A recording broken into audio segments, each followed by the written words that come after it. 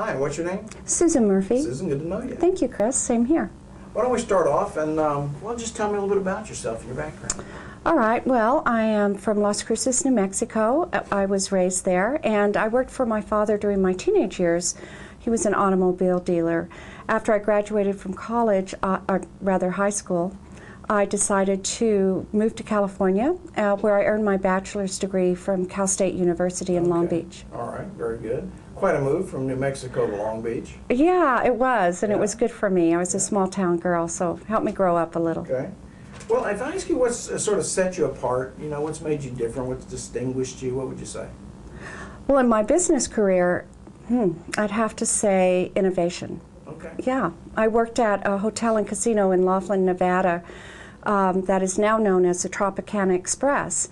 And it was I was in a market that was a very tough market, and I found that the distinguishing success factor had to be innovation.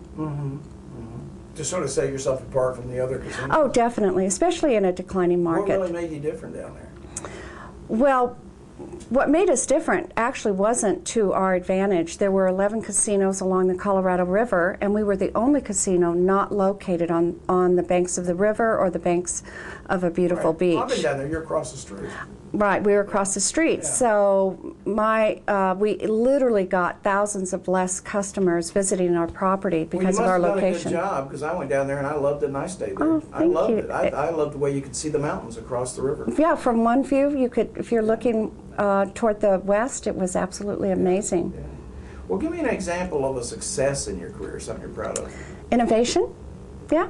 All right. I would say the most innovative project that I did, and the most fun because it just irritated our competitors no end, is I opened up an information center in a site that was about 30 miles south of Laughlin on a freeway that all Southern California residents had to travel to get to Laughlin. 40? Actually, it was called Needles Highway, Highway 95. Okay. Yeah. So I opened up an information center there, and what we did was capture or kidnap our competitors' customers by the thousands, and that's why they were so irritated with us. That's a good idea. Yeah. Information center. Yeah. So they stopped there, and we educated them on our property, and we sent them to our property first. And doing that allowed us to basically even out our location disadvantage. So of all the projects I did, I think that was one of the most innovative and certainly the most fun. Well, what you know, that's an interesting industry, and it's been hit hard sort of lately. What are the trends? What's going on? Well, I mean, no mystery here. There's a tremendous decline in the hotel and casino industry, and the name of the game right now is debt restructuring. And properties are selling off their assets in order to kind of minimize their liquidity crisis that they're in. The good news is, new companies are buying these assets, probably at a great discount, and it's creating new opportunities for new customers and new employees. But another trend that's going on that is really kind of negative is there's huge, deep discounting of rooms, food and beverage, cash bonuses to casinos. And I know from my experience in Laughlin, because Laughlin properties did it all the time, it's a mistake. Because two things happen. The first thing that happens is you get a cheaper customer. Sure. And that customer isn't worth as much. The second thing is you get customers who would have paid a higher price anyway. So you lose that additional revenue. Both ways, you lose. Yeah.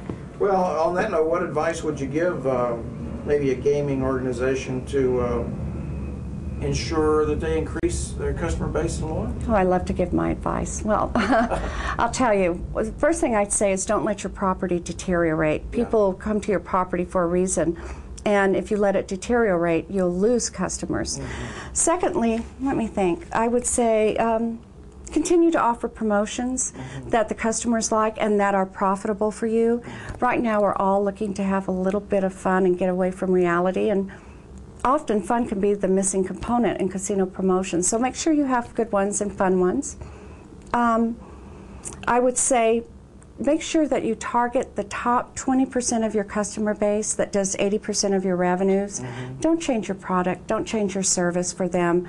They're the ones that'll get you through the lean years. And finally, communicate with your customers, be positive, absolutely no whining. And that's what I would say are some of the secret ingredients to keeping your customers around. Well, Susan, I'm very impressed. I'm sure any gaming organization would be fortunate to have you at the helm. Thank you, Chris. I Okay, appreciate thanks it. a lot.